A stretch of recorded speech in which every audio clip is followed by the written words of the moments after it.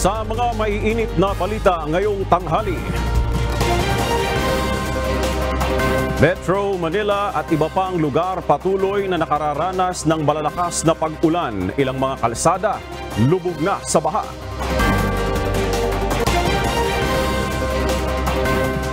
Antas ng tubig sa Marikina River umakyat na sa ikatlong alarma. Ilang residente nagkukumahog ng lumikas.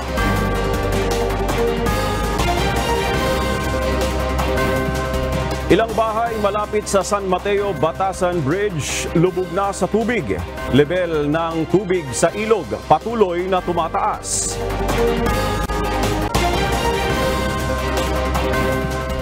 At UNTV Command Center naka-alerto para rumisponde sa mga pagbaha sa iba't ibang lugar. Magandang tanghali mga kasangbahay, ngayon po ay araw ng Miyerkules, July 24, 2024. Sa ngalan ni Aga Kaakbay at Noela de Cordova, ako si Victor Cosare. At una sa mga balita ngayong tanghali. Sinuspindi ng Malacanang ang pasok sa mga opisina ng pamahalaan at lahat ng antas ng paaralan sa Metro Manila ngayong araw. Ito ay bunsod ng epekto ng habagat at bagyong Karina.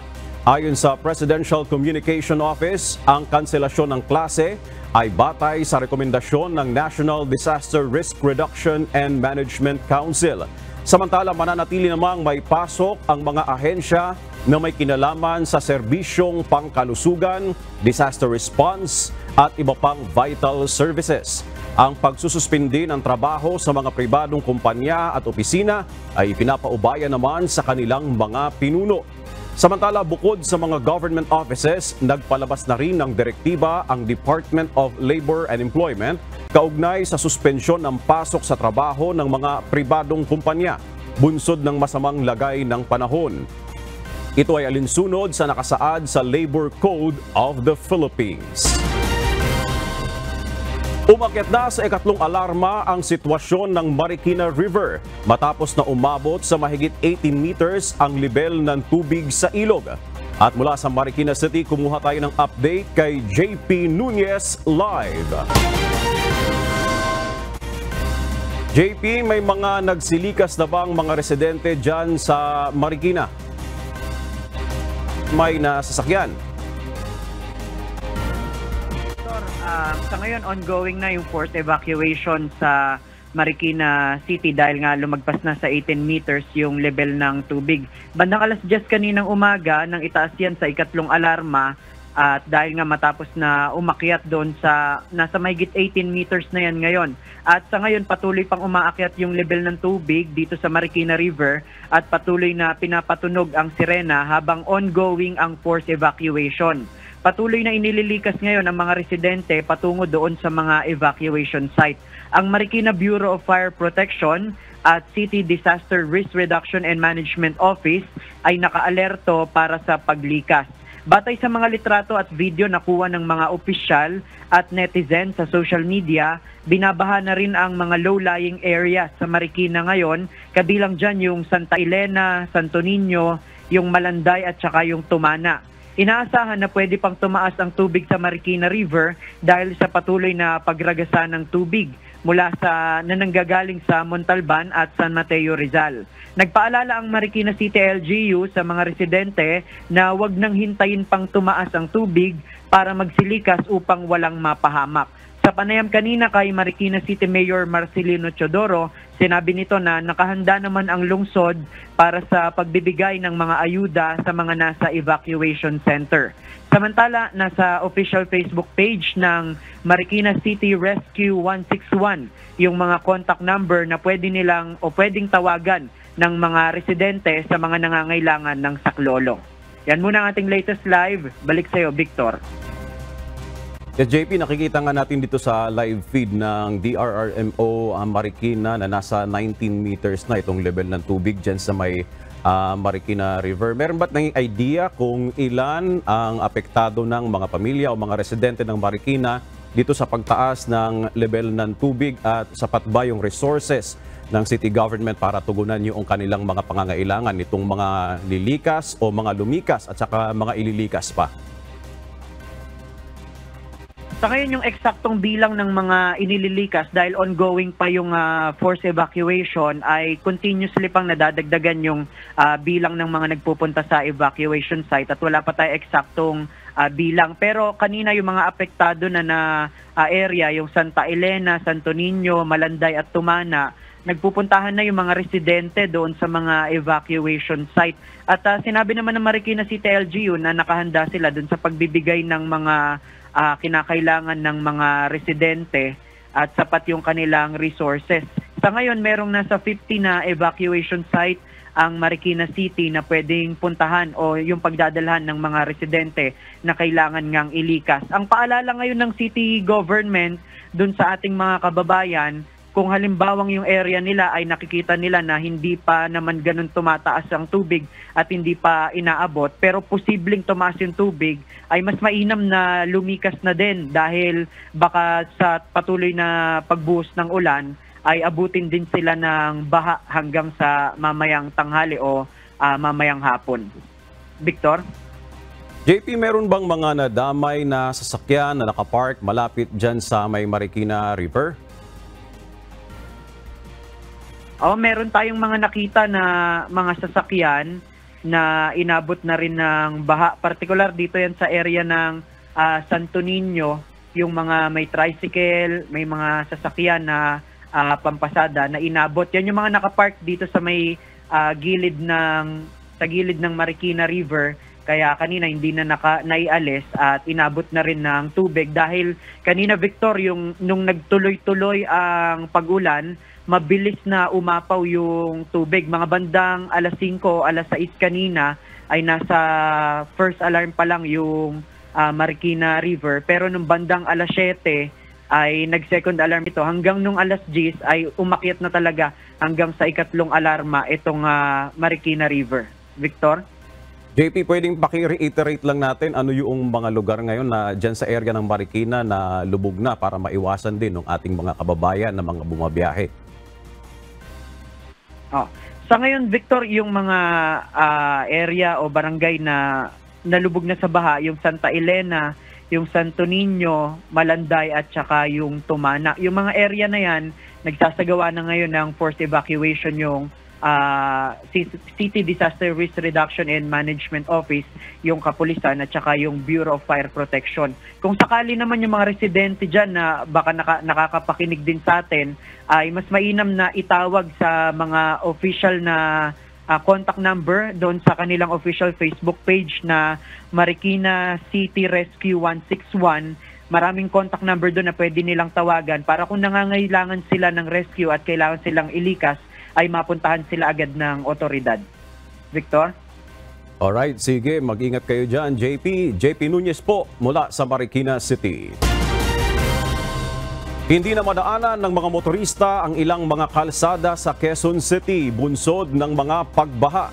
Dahil dito, nararanasan ngayon ang matinding traffic sa ilang parte ng Quezon City dahil pahirapang makalusot ang mga sasakyan. At mula sa Balintawak, Quezon City, makibalita tayo kay Asher Cadapan Jr. live. Asher, kumusta ang sitwasyon dyan sa lugar ninyo? Victor, hindi na nga madaanan ng mga light vehicles, mahiging ng mga pampasaherong bus itong busway sa parehong northbound at southbound nitong EDSA Balintawak sa mga oras na ito. Ito ay dahil sa umabot na sa mahigit 2 talampakan ang taas ng tubig baha dito sa lugar, bunsod ng walang tigil na buhos ng ulan. Bukod dito, ilang mga lansangan pa sa Quezon City ang naiulat na may mataas na baha batay sa datos ng Metropolitan Manila Development Authority o MMDA. Kabilang na dyan ang kanto ng G. Araneta Avenue at Maria Clara southbound at ang kanto ng E. Rodriguez at G. Araneta na parehong nasa 45 inches o mahigit 2 talampakan ang taas ng 3 talampakan ang taas ng baha. Umabot na rin sa isang talampakan ang baha sa kantong ng Quezon Avenue at Biak na Bato at EDSA Quezon Avenue. 3 talampakan naman sa EDSA Quezon Avenue Tunnel at EDSA Oliveros northbound ang baha at 8 inches naman ang baha sa Victoria PM Street northbound. dahil sa taas ng mga tubig, baha sa mga naturang lugar ay hindi na rin madaanan ng mga ito, lalo pa ng mga light vehicle. Partikular na dyan, yung Araneta, Maria Clara southbound, E. Rodriguez, Araneta, at dito nga sa EDSA Balintawak. Nagdudulot ito ng mabigat na trapiko dahil sa mga stranded na sasakyan o yung mga naghihintay na lang na humupa ang baha. Sa ngayon, Victor, ay nag-iikot na rin ang mga truck ng Metropolitan Manila Development Authority o MMDA para sa libreng sakay sa mga stranded na pasahero. Naglalaan din ng 3 ruta para sa libreng sakay ang lokal na pamahalaan ng Valenzuela City. Dito sa EDSA Balintawak, wala naman tayong nakikita na dumaan ng mga truck ng libreng sakay, lalo pa nga na hindi na nga madaanan ito ng mga motorista. Malakas pa rin ang ulan dito sa EDSA Balintawak. Sa mga pagkakataon na ilang minuto na ito ay humuhupa, ngunit tuloy pa rin yung pag-ulan at miya-miya ay lalakas pa ulit ang buhos ng ulan. Yan muna ang latest, balik sa iyo, Victor.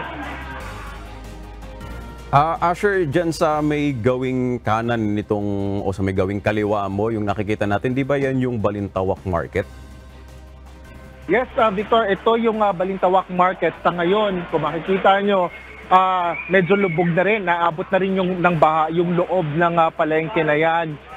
Siguro umaabot na rin yan ng kalahating talampakan. Kung makikita nyo rin, itong baha dito sa tapat mismo nitong Balintawak Market, itong mga barrier na ito, yung mga naghihiwalay sa EDSA busway at doon sa mga lanes ng mga pribadong sasakyan at iba pang mga sasakyan, medyo nahulog na o tumagilid na itong mga barrier na to. Ito ay mga concrete barrier. So kung ma-imagine mo, ganito na lang kalakas yung yung tubig dito, lalo pa pag may dumadaan na mga bus. Kasi may ilan na mga bus dito kanina na nung mga panahon na o mga oras na medyo hindi pa ganito kataas yung baha, pinipilit nilang dumaan dito. May iba din mga truck na pinipilit na dumaan dito. Kaya ito ang nangyayari doon sa mga concrete barriers at nahulog or na tumabingi na. Meron ding mga basura nakikita tayo. Yung mga basura na yan na palutang-lutang, nakita natin, nanggagaling ito dito sa may Balintawak Market. Victor. O nga, nakikita nga natin, naka-submerge nga yung area na yan ng tubig, sa baha. At apektado itong part na nga ng busway. Kumusta ba yung operasyon ng EDSA busway? May mga bumabiyahe pa rin ba sa ngayon? May bumabiyahe pa rin ng mga pampasaherong bus sa EDSA busway, Victor. Ang problema lang, partikular na dito sa EDSA Balintawak, hindi na sila nakakadaan. May pailan-ilan, paisa-isa, siguro na naglalakas loob. Every, say, 15-30 minutes, may mga dumadaan dito. Pero yung sa ngayon ay talagang nakahinto na sila. Marami ng mga bus dito na nakapila mula dito sa mga EDSA Balintawak, parehong north at south, northbound at southbound. Maging yung mga pribado sa sasakyan, pang mga sasakyan ay naghihintay dito. Nakahinto sila, nakaparada sila bago yung baha para maghintay sila na humupa nga itong baha at makadaan sila. Ito. Asher, bukod dyan sa area mo, may mga lugar pa ba dito sa Quezon City na monitor nating nagpapatupad na ng evacuation or forced evacuation? Ngayon, may nakikita tayong mga naiulat ng MMDA pero kailangan pa natin kumpirmahin yung ibang mga yan. Pero yung mga nakikita natin dito, yung mga stranded mismo na mga pasahero, yan yung iniuputan ng MMDA at tinitiyak nila na sila ay ligtas at kung yung iba pa na kailangan na magpunta sa ibang mga lugar ay kanilang binibigyan ng tulong. Victor. Alright, maraming salamat Asher Cadapan Jr. live dyan sa may Balintawak, Quezon City. Samantala, nagsimula nang magsilikas ang ilang mga residente sa Valenzuela City at patungo na sa mga evacuation center dahil sa patuloy na mga pag-ulan. At para sa update, makibalita tayo kay Jed Neresina live. Jed, nasa ilang pamilya na sa Valenzuela ang mga nagsilikas? Victor, sa huling ulat nga ng city government ng Valenzuela, 236 families o higit 900 na mga individual na ang lumikas at nasa evacuation centers sa kasalukuyan. 15 evacuation centers na rin ang kasalukuyang binuksan ng Valenzuela City kung saan hinihikayat din ng lokal na pamahalaan ng mga residenteng lumikas na dahil na rin sa patuloy na malakas na pag-ulan. Samantala, ilang lugar o kalsada na rin ang hindi madaanan sa Valenzuela City. Batay sa monitoring ng kanilang Command, Control and Communication Center, yung bahagi, Victor, ng MacArthur Highway ay hindi na madaanan ng anumang uri ng sasakyan. Yan ay doon sa bahagi ng Marulas at Malinta.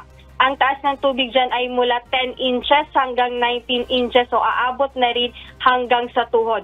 Itinaas na rin kanina sa critical level ang Tulyahan River at lahat ng residenteng naninirahan malapit sa area ay pinapayuhan na agad na lumikas sa Valenzuela National High School sa Barangay Marulas. Sa ilang post nga ng mga netizen ay patuloy yung pagtaas ng tubig sa ilang lugar doon sa Marulas, Valenzuela City, kaya ongoing pa rin yung evacuation and rescue ng lokal na pamahalaan ng Valenzuela. At makikita nga sa official Facebook account ng City Government ng Valenzuela yung mga emergency hotlines na maaaring tawagan ng ating mga kababayan kung sakaling kinakailangan o may mga hindi pa makapag-evacuate dahil sa patuloy na pagtaas ng tubig dahil sa pag-ulan. Kaya bukas ito at nakaantabay naman yung mga emergency personnel na rumesponde dito sa lokal na pamahalaan ng Valenzuela. Ayan muna ang update. Balik sa iyo, Victor. Maraming salamat, Jed Neresina.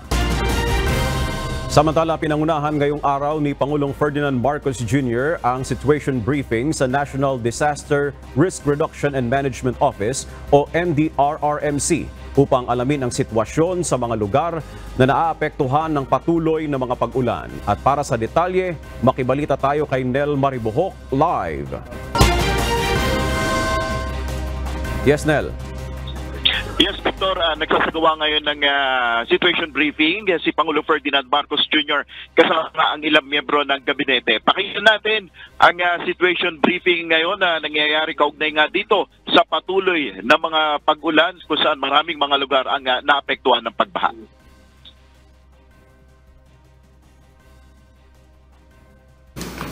Muntinlupa, si Mayor Rufy, next. Muntinlupa, yan, mga tubig na rin po, halos sa Muntinlupa, next.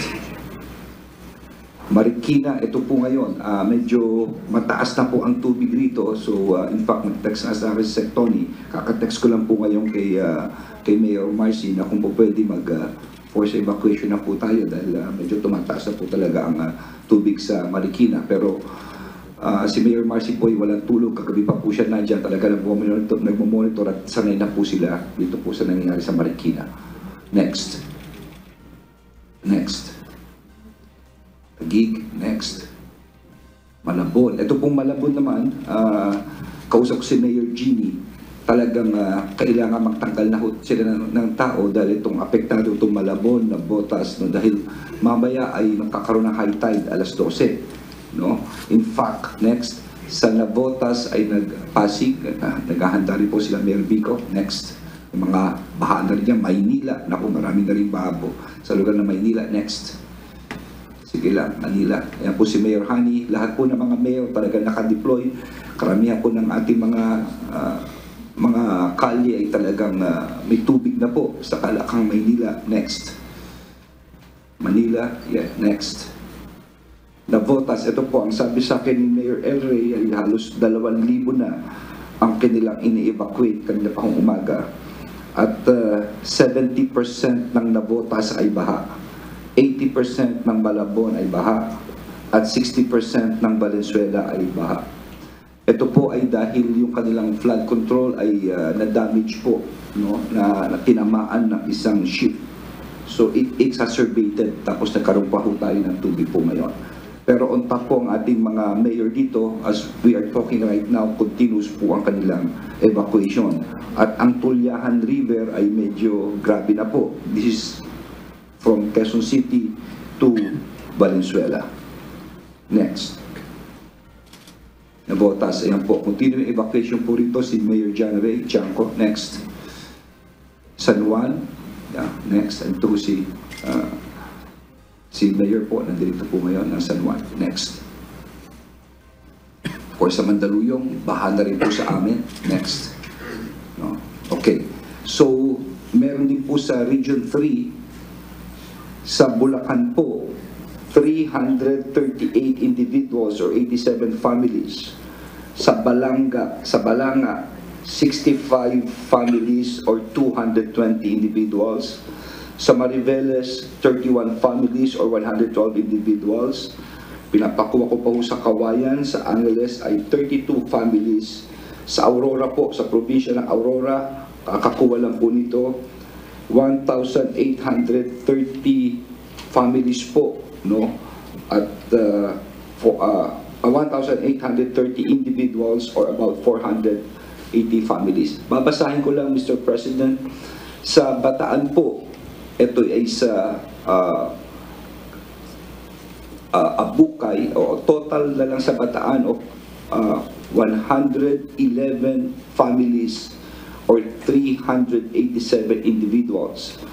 Ito ay sa Abukay, Bagak, Balanga, Mariveles, Morong at Pilar. Sa Bulacan naman, there are 89 families, no, or 345 individuals. Ang pinakamalaki yung affected ay ang Bulacan, ang Obando at ang Pulilan as per our report. At sa Angeles City at Macabebe po, no, ito ay 16 families or 50 individuals. So ito po ay sa Region 3. So because of what is happening, Mr. President, lalo na sa Metro Manila, ang rekomendasyon po namin po rito, baka pwedeng ma-declare po natin ng state of calamity ang Metro Manila. No? Yun po ang napag-usapan namin kanina sa nakikita po namin at sa mga litratong nakikita po namin. At pagkatapos nga nito ay babalik po kami sa MMDA para mag-Zoom meeting sa iba pang mga mayors ng Metro. And of course, pati na rin sa ibang mga mayors sa buong Pilipinas tungkol po, Mr. President. Thank you po. Alright, thank you. So, mabigat pa rin pala dito sa Metro Manila. Ang masaklap po yung amount ng rainfall, Mr. President. Talaga? Napakalaki ng tubig. Oo, nakikita natin. At saka hindi walang tigil. Parang yung buhos.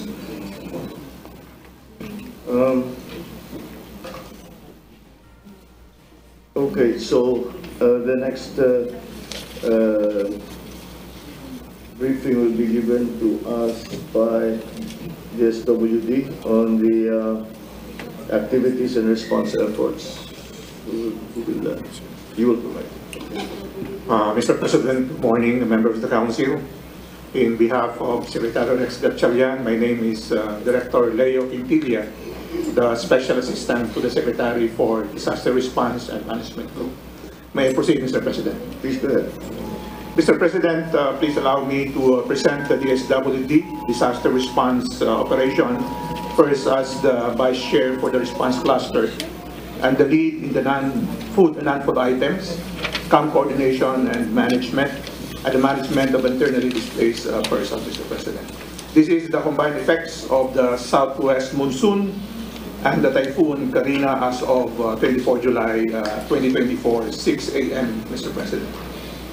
Mr. President, for the information, the response cluster was activated last July 22, 2024 to discuss, next slide please.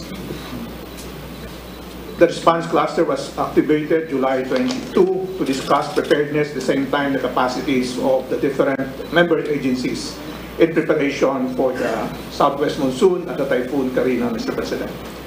As of, this is a running total, however, this will be updated after this meeting at our Disaster Response Command Center, that's the SWD. We have recorded a total of 45,328 families or 191,000 persons are affected in 225 barangays. In regions NCR 1, 2, 3, Calabarzon, Mimaropa, Region 5, 6, 7, and Cordillera Administrative Region, Mr. President. Next slide, please. to include areas also in Mimaropa, Region 6. This is the total. 225 barangays, families of 45,328 or 191 person, Mr. President. Next slide, please. Mr. President, this is the status of displaced population. There are 1,702 families or 6,524 persons currently taking temporary shelter in 126 evacuation centers in various regions. They include NCR 1, 2, 3, Calabar Zone, Mimaropa, Region 6, and Region 7. Next slide, please. The interest of the DSWD is on our vulnerable sector. So we have the following information, data for the infant, toddlers, preschoolers, school-age, teenage, adult, and elderly. These are the vulnerable sectors inside our evacuation center. Next slide, please. For the status of displaced population, these are outside the evacuation center. These are running total right now, but this will be updated at 1 o'clock this afternoon. 376 families, 1,512 individuals temporarily staying with their relatives and friends from the different regions in the country, Mr. President. Next slide, please. For the damaged houses, a total of 175 houses were damaged, of which 15 are totally damaged and 160 are partially damaged. Again, these are for updating this, Mr. President, at 1 p.m. so we can have the picture by this afternoon. Mr. President, the next slide, this is the cost of the DSWD humanitarian assistance provided with the different regions with our family food packs, family kits, hygiene kits, kitchen kits, and sleeping. For total right now, we have a total of around 300,000, but this data will be updated. So going forward, Mr. President, our relief operations in the areas identified affected by southwest monsoon and the Typhoon Karina. Mr. President, the next slide will present our current standby funds and prepositioned relief stockpile in affected regions in the country and central hubs of the DSWD. Mr. President, currently we have a total of around more than 1 million FFPs and other food items and non-food items with a total standby funds plus stockpile funds of 2.6 billion pesos, Mr. President. And these are all in our disaster response center to include our regional offices and also to our last mile warehouses in the local government units, especially in the JIDA areas, Mr. President. We have already prepositioned goods with our local government unit. As a summary, Mr. President, next slide, please.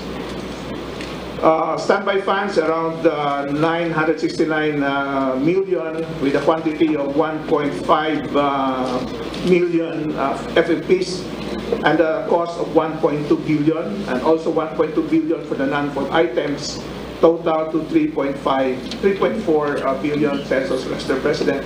For the information of the President, we have still available around 1.6 million FFPs through our framework agreement with the different suppliers that are ready to be drawn down anytime we need additional family food packs to augment the local government unit, Mr. President. The summary, Mr. President, exactly. Standby funds around 5 million FFPs at a cost of 1.2 billion and also 1.2 billion for the non-food items.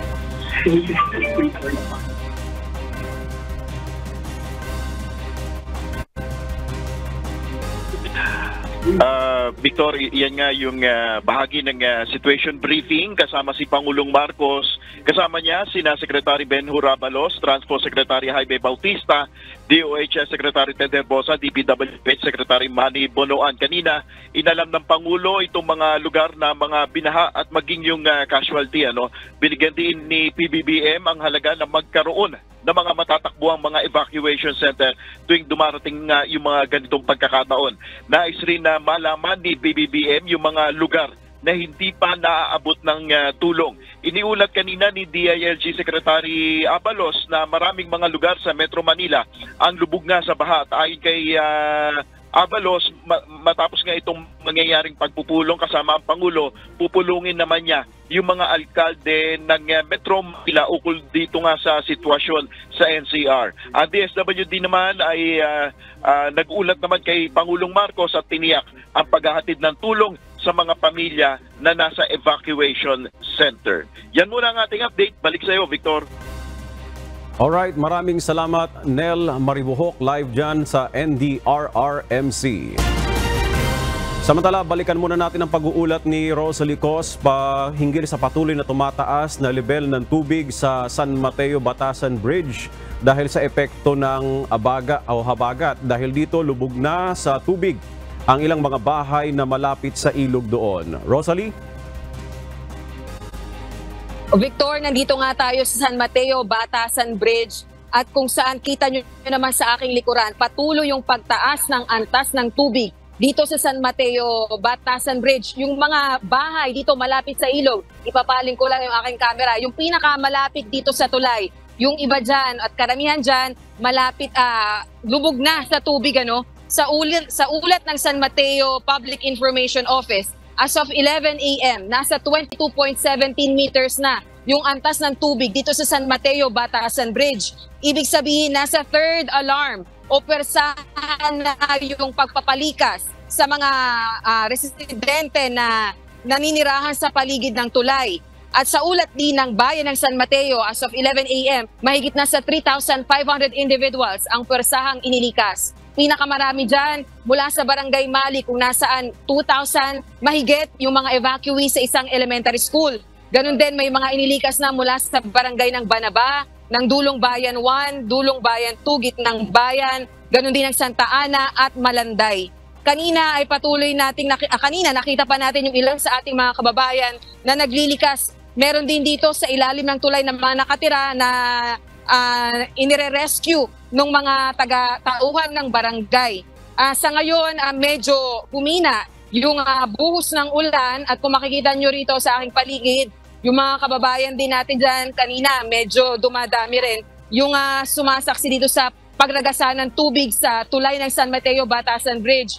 Kanina din may mga pagkidlat at pagkulog tayong naranasan dito kaya medyo sumilang tayo. Pero ngayon medyo tumitila-tila na yung buhos ng ulan. Balik sa iyo, Victor. Rosalie, dyan sa pagtaas ng level ng tubig dyan sa ilog, based ba sa monitoring natin, meron ba tayong napapabalitang mga areas na isolated ba ngayon o hindi marating ng mga rescuers? O kanina dito lang sa ilalim ng tulay, Victor, nung ating sadyain yung mga kababayan natin kasi may mga residente na nakatira dito mismo sa ilalim ng tulay ay naghahakot pa lang ng gamit mga bandang alas 11 ng umaga. Kailangan nang gumamit ng bangka para rin i-rescue at ilikas yung mga gamit ng ating mga taga-Barangay Banaba. Kasi Barangay Banaba yung malapit dito sa San Mateo Batasan Bridge. Kaya meron na rin mga talagang abot na sa bubungan yung tubig sa kanilang mga bahay. Alright, sige, mag-ingat kayo dyan. Rosalie, yan po si Rosalie Cos live mula sa San Mateo, Rizal. Lubog ngayon sa baha ang ilang mga kalsada sa lungsod ng Maynila, bunsod ng walang tigil na mga pag-ulan. Dahil dito, hindi na madaanan ng mga sasakyan ang ilang mga kalye doon. At para sa detalye ng balita, naroon ang ating kasamang si Fabian Rodrigueza live.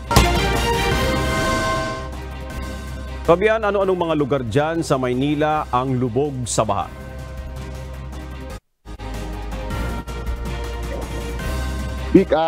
Lubog na nga sa baha ang karamihang lugar dito sa Maynila.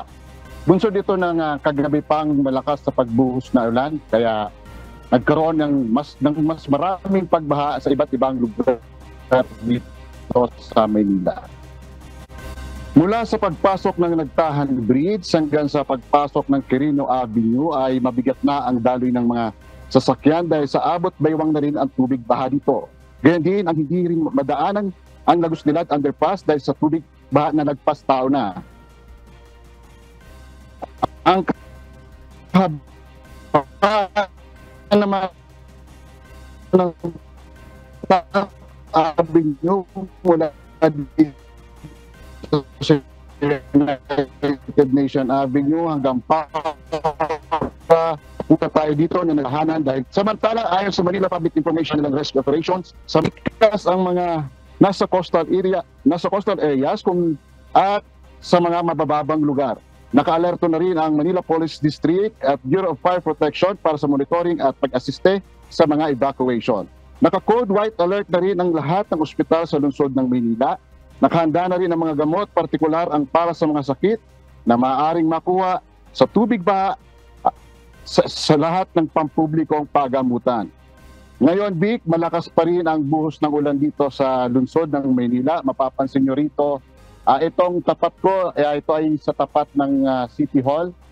Diyan, halos wala nang dumadaan dito. Ito yung Padre Burgos na papunta ng Top Avenue. Diretso tayo. Pagpabalik mo naman ay papunta naman ng Quiapo at Santo Cruz, Manila. Yan ang latest na update dito sa lungsod ng Maynila. Fabian, pwedeng pakiulit lang doon sa may mga binabanggit ka kaninang mga lugar na lubog sa baha dahil medyo nagkaroon tayo ng konting problema doon sa ating signal. Pwedeng pakiulit ano yung mga lugar na lubog sa baha dyan sa area ng Maynila? Ang una namin dinaanan kasi kanina pagpunta namin dito sa Maynila ay dumaan kami ng Quirino Ave papuntang Pandacan. Sa Pandacan pa lang, Quirino Ave, baha na siya, nasa bewang na ang baha ng tao. Tapos with mga eskinita doon na nakita namin na yung mga tao halos wala nang lumalabas. Siguro yung mga tao ay nasa loob na lang siguro dahil nga sobrang pataas na yung tubig pa. At mula naman dito sa United Nation, ito kasi itong City Hall ng Maynila, pagdating mo dyan, mga 500 meters United Nation Avenue yan, mula dyan sa United Nation Avenue, papuntang Paura, hanggang Lasal Top, ayan ay nagpas tao na yung baha dyan. So, kahit malalaking sasakyan ay hindi na nakakaraan. Kaya mapapansin mo, sobrang wala nang dumadaan dito. Kasi dito pa lang, halos nasa bewang na rin ang taas ng tubig dito. At dito rin yung Lagos Nilad natin na talagang wala na. Yung Lagos Nilad wala nang nakikita kundi talaga sobrang taas na ng baha niya. Alright, maraming salamat Fabian Rodriguez, nag-uulat ng live mula dyan sa Maynila. Naka-alerto ngayon ang puwersa ng UNTV News and Rescue sa mga lugar na apektado ng pagbaha sa Metro Manila at mga karatig lalawigan.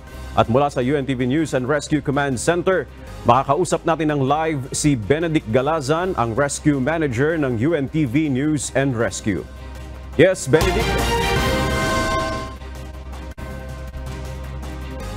Yes, Victor, alam mo, simula pa kahapon hanggang kagabi ay tuloy-tuloy yung monitoring ng ating mga kasama dito sa UNTV News and Rescue Command Center at upon discretion and instruction din ng ating Deputy Chief, si Sir Jerry Panghulan, ay nag-activate na tayo simula pa kahapon at hanggang kagabi ay tuloy-tuloy din yung pag-assist din ng ating mga kasama sa UNTV News and Rescue sa iba't ibang pamamaraan. Yung ibang mga kailangan i-preemptive evacuation ay nagsagawa na rin tayo. Tumulong tayo sa pamahalaan para magsagawa ng preemptive evacuation. At yung mga motorista din na kaya pang matulungan ng ating mga kasama simula pa yung kagabi ay nag-assist sila. At the same time, meron din tayong mga kasama na dahil kagabi meron pang mga pasok yung ibang mga kababayan natin, particular dito sa Metro Manila. Yung mga pauwi na naglalakad ay inassist din ng ating mga kasama sa UNTV News and Rescue.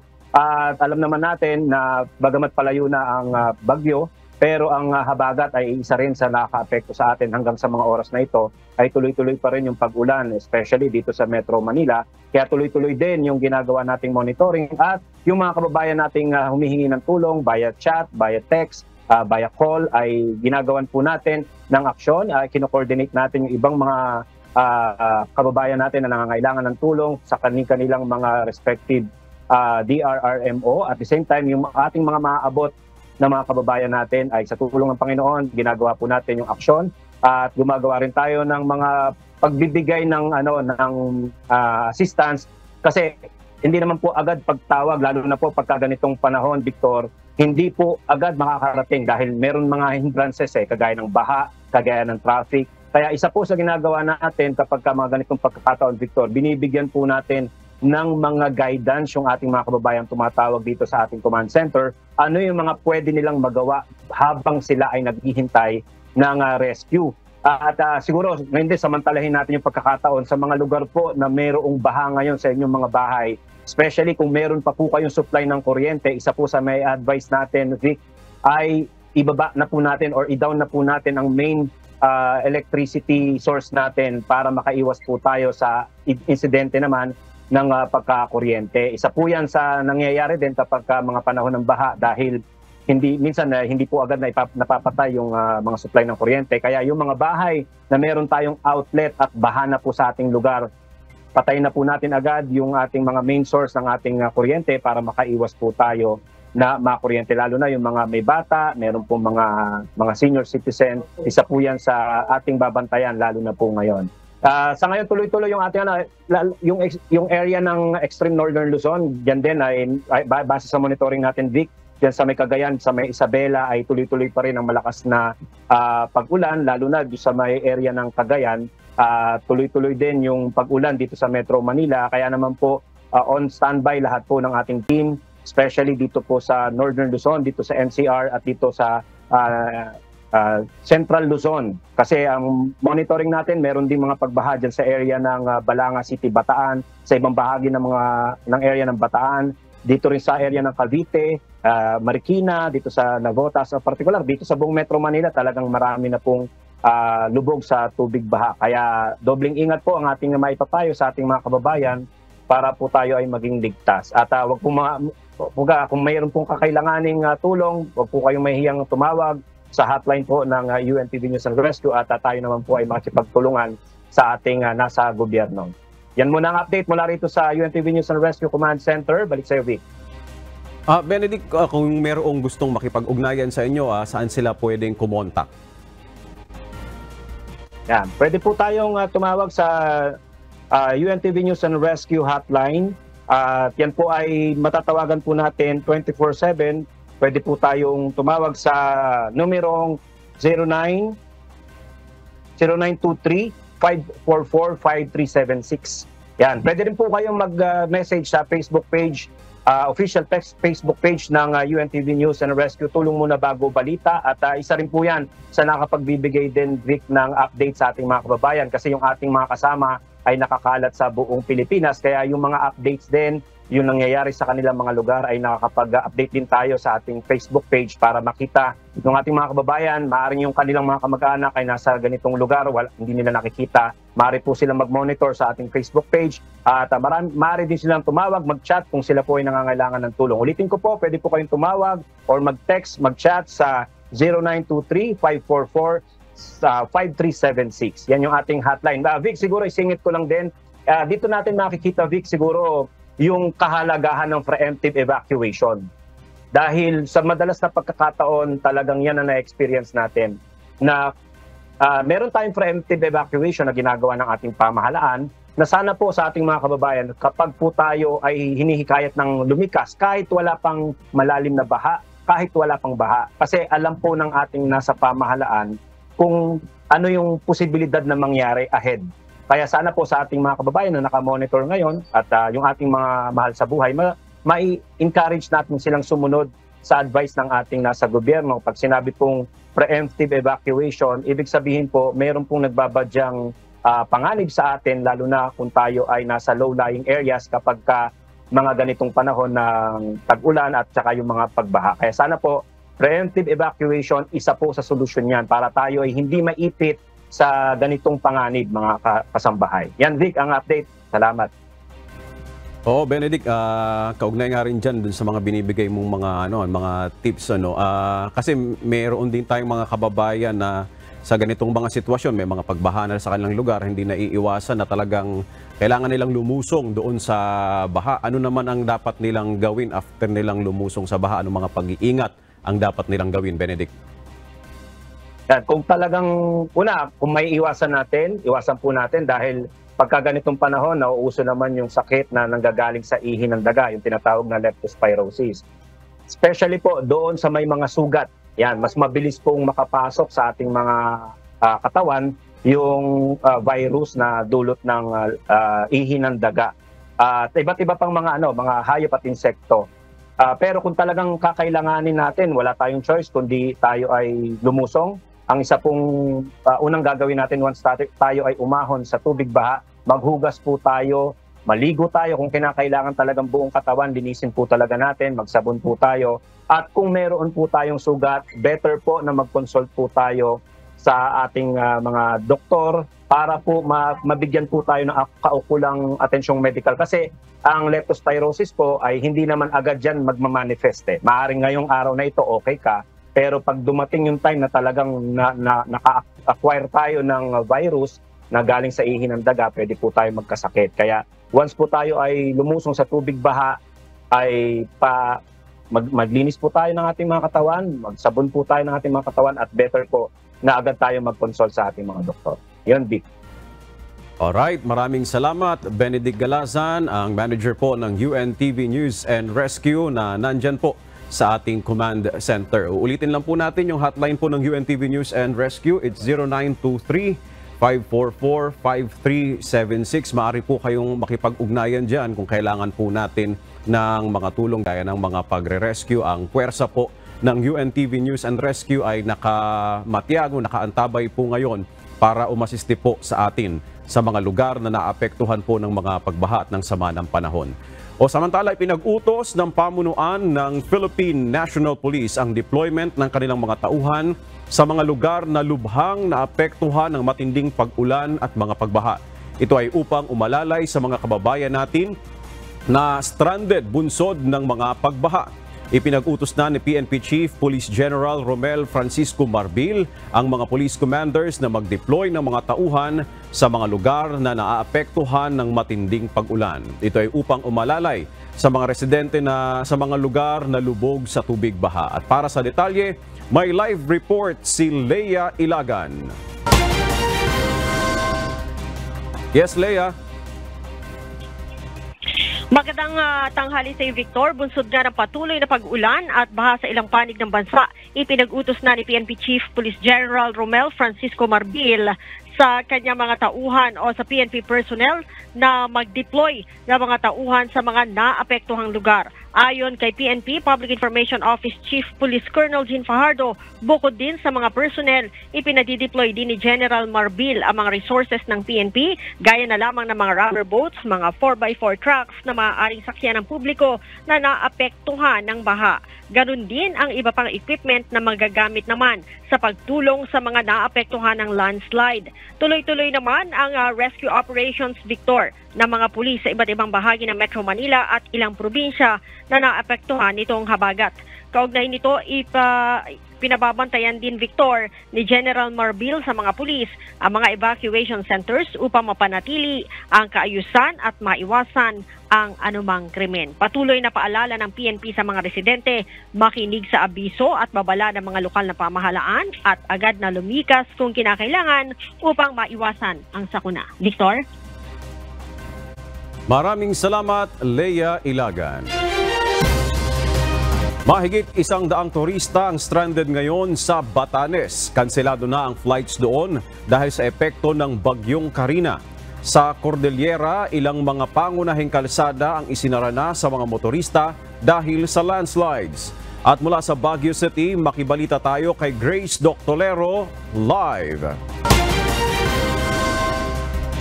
Grace, may impormasyon na ba kung kailan magre-resume ang flights sa Batanes? Yes, Victor, sa ngayon nga ang mga canceled flights sa July 22 to 23 ay nakatakdang tumuloy sa July 25. Ngunit ito ay ibabase pa sa magiging lagay ng panahon lalo na at inaasahang masungit pa rin ang panahon hanggang Biyernes. Samantala, simula nitong Lunes, July 22 ay kansilado ng mga biyahe ng airline sa lalawigan ng Batanes dulot ng bagyong Karina. Bagamat maaliwalas pa ang panahon sa Batanes nitong Lunes ay nakaansila ang biyahe dahil pa rin sa sama ng panahon sa mga paliparan sa Maynila at Tuguegarao. Ayon sa datos ng Provincial Tourism Office, nasa 110 na turista ang stranded sa bayan ng Basco habang 2 naman sa isla ng Itbayat. Sa naganap na pagpupulong ng Provincial Disaster Risk Reduction and Management Council, ibinahagi ng Tourism Office na patuloy ang pamamahagi ng flight advisories at nagpayo na rin sa mga hotel accommodations at tour operators na magbigay ng impormasyon sa kanilang mga bisita upang maayos ang rescheduling ng kanilang mga flights. Kung magiging maganda ang panahon ay magre-resume ang kanilang flight sa July 25 pero magbabase pa rin sa lagay ng panahon lalo na at inaasang masungit pa rin ang panahon hanggang sa araw ng Biyernes. Patuloy naman ang pakikipag-ugnayan ng Provincial Tourism sa mga tourism establishment upang masiguro ang kaligtasan ng mga turista at mga maayos na pagbiyahe pabalik ng mainland Luzon. Samantala, sa Cordillera Administrative Region ay sarado pa sa mga motorista ang ilang mga pangunahing kalsada sa rehiyon dahil sa mga naitalang kabi-kabilang landslide at rockslide. Not passable ang Baguio-Bontoc Road, ang Governor Road, Bado-Dangwa, National Road at ang Cannon Road sa Tuba, Benguet. Sa Cagayan Province naman, nagpapatuloy ang isinasagawang pamamahagi ng relief goods ng Department of Social Welfare and Development Regional Office 2 sa maapektadong residente sa probinsya ng Cagayan bunsod ng bagyong Karina. Kabuang higit 67,000 na halaga ng relief goods ang ipinamahagi ng kagawaran sa ilang barangay sa Gonzaga, Cagayan na kinabibilangan ng barangay Amonitan, Bawa, Paradise, Progressive, Flourishing at Kabirwan. Sa Santa Ana, Cagayan naman ay nasa 12 individual ang binigyan ng relief goods. Sa pinakahuling datos ng kagawaran, nasa 175 na individual ang apektado ng bagyong Karina sa probinsya ng Cagayan. Yan muna ang balita. Balik sa iyo, Victor. Grace, dyan sa Baguio City, kumusta ba ang sitwasyon dyan? Maulan pa rin dito sa Baguio City, Victor, at marami din ang naitalang mga landslide dito sa lungsod ng Baguio, lalo na dito sa bahagi ng Central Business District. Meron ding landslide na naitala na 12 landslide sa iba't ibang barangay dito sa lungsod ng Baguio. Meron ding naitalang 4 na mga natumbang mga punong kahoy, may mga clogging din ng mga drainage, kaya may mga naitala din na baha sa ilang mga lugar dito sa Baguio City. At 5 barangay din ang walang kuryente dito sa lungsod ng Baguio dahil nga sa epekto nitong habagat. Doon sa mga areas na nabanggit mo, may mga nagpapatupad na ba ngayon doon ng mga evacuation yung pamahalaan? Yes, Victor, meron tayong evacuation center dito sa Central Business District at meron na nga tayong mga initial na report mula kay Mayor Benjamin Magalong na nakatuloy ngayon sa evacuation center dahil nga nitong nangyaring mga landslide. Mamaya ay magbibigay tayo pa ng ibang mga impormasyon regarding nga dito sa epekto ng bagyong Karina mula pa nitong Lunes, Victor.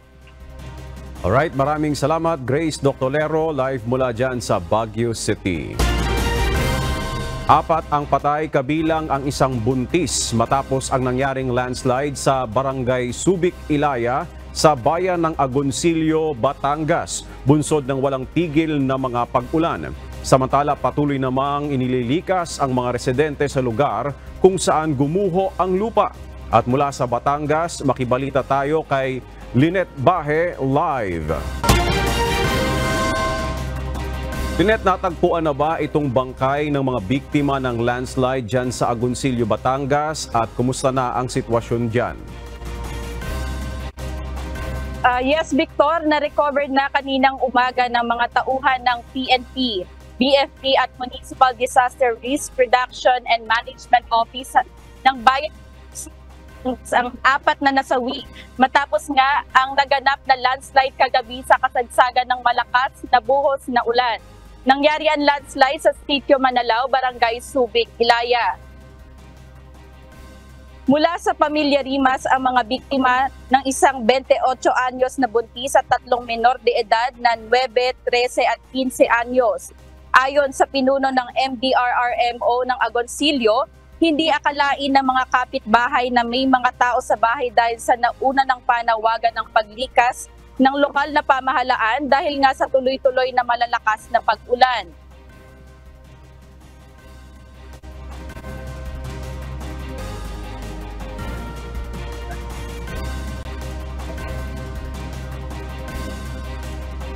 Samantala sa bayan naman ng Lemery, matagumpay na inilikas ang 204 na residente mula sa barangay Magihan kahapon. Sa tulong ng Philippine Coast Guard, MDRRMO at iba pang ahensya, ligtas na naihatid ang mga residente sa Municipal Covered Court kung saan sila ay agad na nabigyan ng tulong mula sa lokal na pamahalaan. Sa ngayon, Victor, medyo humina na ang mga pagbaha sa ilang lugar sa Lemery at patuloy pa rin ang isinasagawang clearing operation sa kalsadang naapektuhan ng buhos ng ulan at tuloy-tuloy ang pag-monitor ng mga flood-prone areas. At update naman sa Batangas Port, ayon sa Philippine Coast Guard o PCG, mayroon pa namang biyahe sa mga pantalan ang malalaking barko o roro, subalit hindi lang pinahihintulutan na maglayag ang maliliit na barko o fast craft dahil sa malalakas na alon. Ngayon nga nandito kami sa Tanawan Baywalk kung saan makikita sa aking likuran ang malalakas na paghampas ng alon at nararanasan pa rin ang pabugso-bugsong mga pag-ulan at malalakas na hangin. At yan muna ang update mula dito sa Batangas. Balik sa iyo, Victor. Maraming salamat, Lynette Bahe, nag-ulat ng live mula dyan sa Tanawan, Batangas.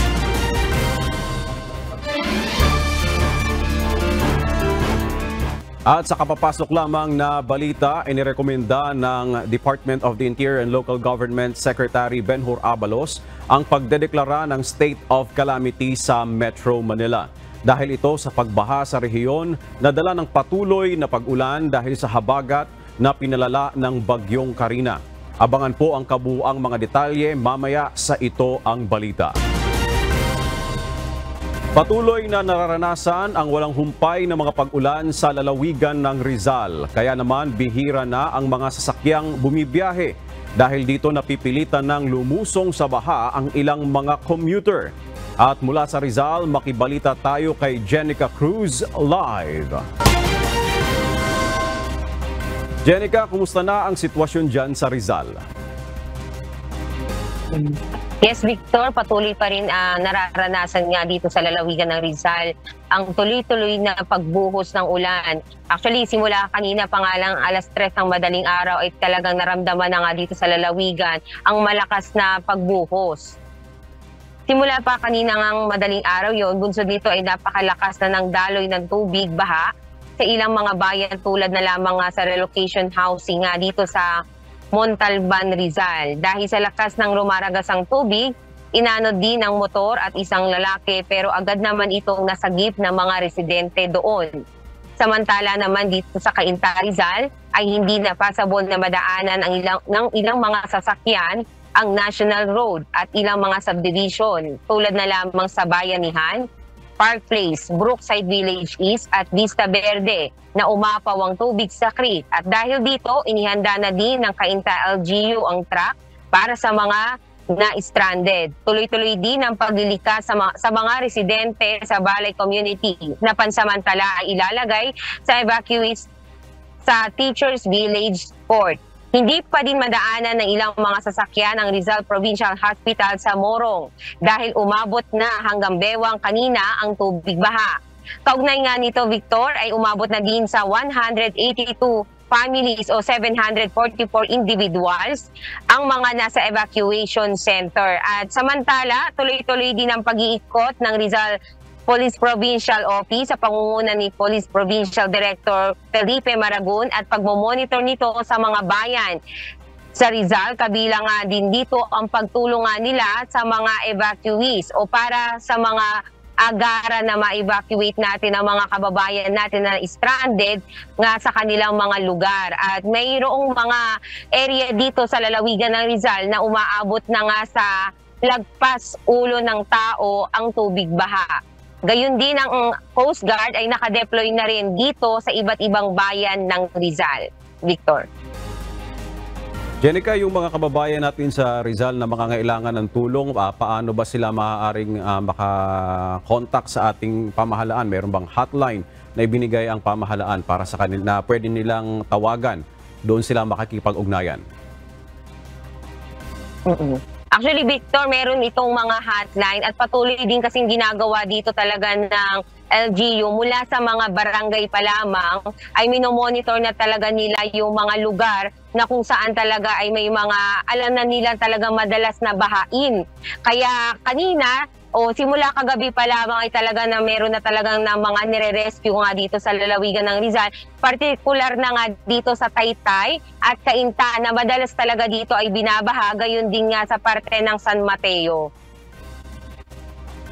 Alright, maraming salamat Jenica Cruz mula dyan sa Rizal. Nasa evacuation center ngayon ang nasa 500 mga pamilya sa Laguna na pansamantalang inilikas mula sa kanilang mga bahay bunsod na rin ng walang tigil na mga pag-ulan. At mula sa Calamba City, makibalita tayo kay Christian Lopez live. Christian, kumusta na ang sitwasyon ng mga kababayan nating inilikas dyan sa Laguna? Yes, Victor, maayos naman ang sitwasyon ng mga evacuees sa lalawigan ng Laguna. Kanina pinunta natin ang evacuation center sa Barangay San Antonio, San Pedro, Laguna at mayroon sari-sariling mga tent ang bawat pamilya. Inahatiran din sila ng mga pagkain ng mga barangay. Sa Facebook post naman ng Public Order and Safety Office ng Calamba, nagpakain sila ng mainit na lugaw na tamang-tama sa malamig na panahon. Ayon naman kay Aldwin Seho ng head ng Laguna Provincial Disaster Risk Reduction and Management Office, nag-a-assist naman ang mga lokal na pamahalaan para sa mga pangangailangan ng mga evacuees gaya ng mga pagkain. Sa ngayon, Victor, ay araw naghahanda na rin ang mga lokal na pamahalaang panlalawigan para sa mga relief goods na ihatid sa mga bayan ng mga evacuees.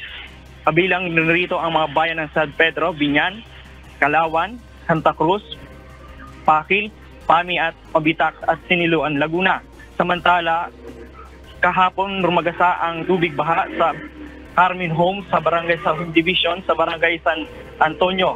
Ngayong araw ay humupa na ang tubig baha. Abala naman ngayon ang mga residentes lugar ng paglilinis sa kanilang mga tahanan. Bahagyang humupa na ang tubig baha sa kalsada. Nasa lugar pa rin ang mga nagibang pader dahil sa lakas ng pag-agos ng tubig baha na naranasan ng kahapon.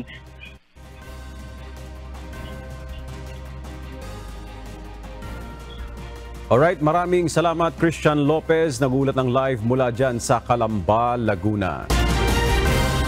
Nadadaanan na ulit ang isang bahagi ng kalsada sa Santa Fe, Nueva Vizcaya na natabunan ng landslide na dulot ng bagyong Karina. At mula sa Santiago, Isabela, makibalita tayo kay Sheila Magno live. Sheila, kumusta na ang lagay ng panahon dyan? Yes, Vic, dito sa kinaroroonan namin sa Santiago City, Isabela ay may panaka-naka na lamang na pagulan at ambon. Pero may ilang lugar dito sa Northern Luzon na naapektuhan ng landslide, kagaya na lamang sa Nueva Vizcaya, Pangasinan Road, Barangay Imugan, Santa Fe. Kaninang umaga ay nagsagawa ng road clearing operation ng Department of Public Works and Highways, Nueva Vizcaya 2nd District Engineering Office, upang may alis sa mga lupa at bato sa daan. Nasanhi bakit one-way possible lang ang daan sa bahagi ng Santa Fe, Nueva Vizcaya. Samantala ang tubig Cagayan River, sa ngayon ay humupa na at nasa below critical levels sa La Union naman din ay ilang tubig ang probinsya ng La Union. Kahapon kasi umabot ito sa critical level na hudyat na din sa mga residente na malapit sa ilog na lumikas. Bagaman namataan sa pag-asa sa layong 325 kilometro ng hilagang silangang bahagi ng Basco, Batanes ang bagyong Carina, dito sa Northern Luzon ay bahagyang kumina na ang ulan na nararanasan dito. Ay sa pag-asa, mamayang gabi o bukas ay inaasahan na tuluyang lalabas na ng bansa ang bagyo at papasok na ito sa bansang Taiwan. Sa kasalukuyan nakataas sa signal number 2 ang Batanes at signal number 1 naman sa northern part ng mainland Cagayan.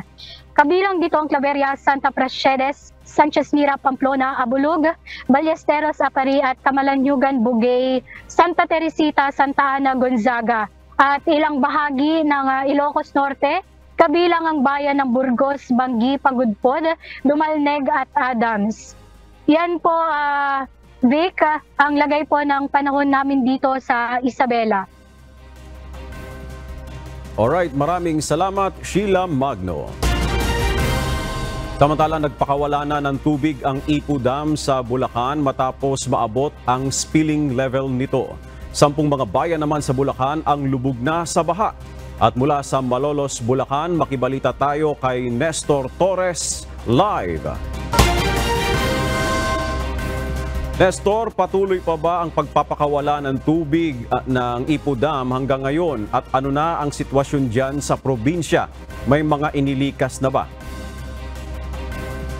Tama ka dito sa balita sa Bulacan at dito nga sa lugar ng Ipu Dam watershed ay nakapagpakawala ng Victor ng nasa 61 cubic meters per second ang Ipu Dam at kung saan nga ay patuloy pa rin itong nagpapakawala. At hindi lang Ipu Dam ang maaaring sa pagpapakawala nito ay maapektuhan din yung nasa 10 bayan dito sa probinsya ng Bulacan.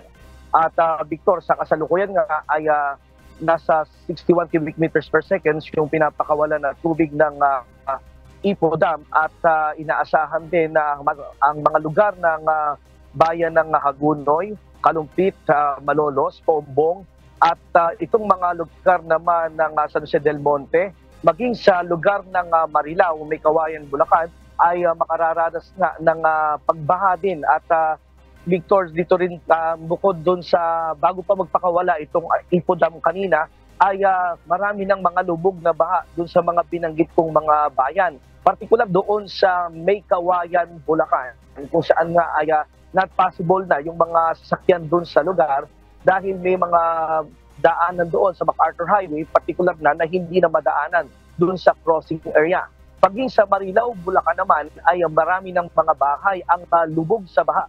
Partikular doon sa Lambaki na Marilao at Marinel kung saan nga ay lagpas sa tao na yung tubig ba doon sa kanilang mga lugar sa mga nabanggit na mga barangay at inaasahan din na patuloy pa rin nga yung pagtaas ng tubig baha dahil nga sa dagdag na pagpapakawala ng tubig ng Ipu Dam kung saan nga ay posibleng lalo pang umapaw yung mga tubig sa mga ilog. Sa pagtaya naman ng Provincial Disaster Risk Reduction and Management Council, inaasahan na ng mga 3 oras bago yung pagpapakawala ay tuloy-tuloy na yung mararanasan yung pagtagsa ng tubig na nanggagaling doon sa Ipu Dam watershed.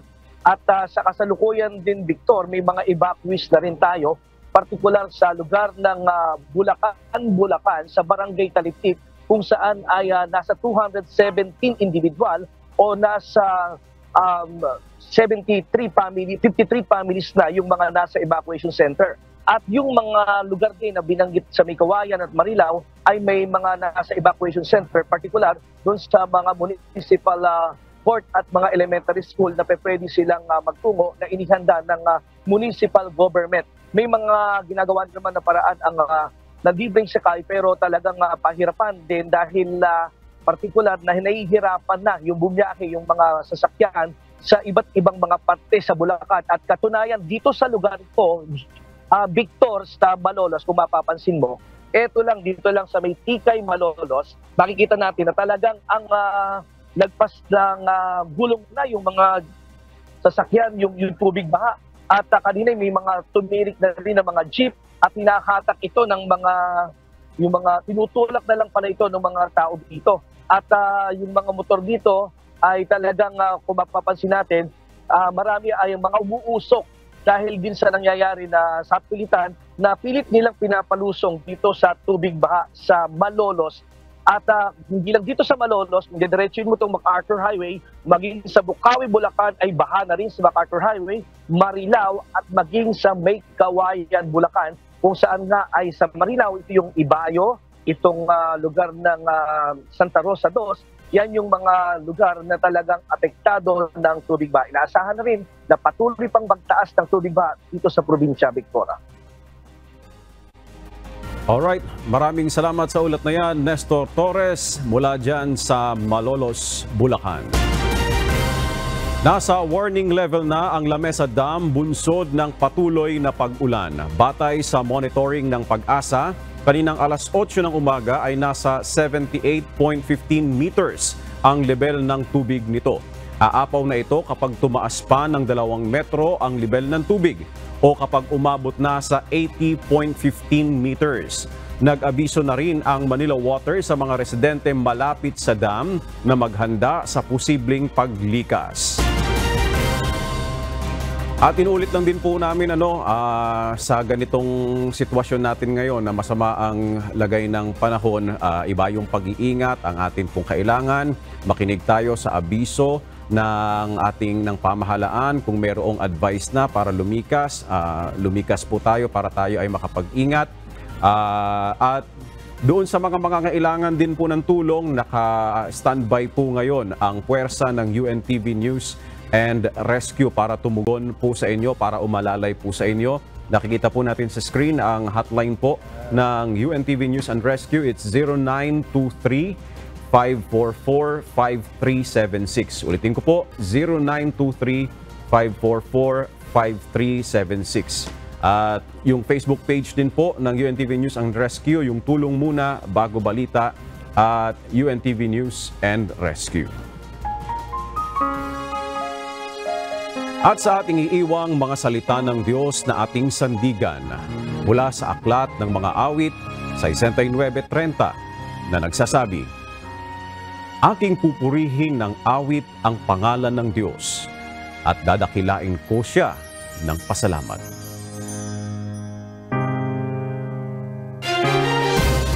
At yan ang mga balitang aming tinutukan at inaksyonan dahil sa aming pagbabalita. Una, ang pagkalinga sa kapwa. UNTV-C News, may balita saan man panig ng daigdig. At dito sa UNTV, Diyos ang aming sandigan, serbisyo publiko ang aming pinahahalagahan. Magandang hapon.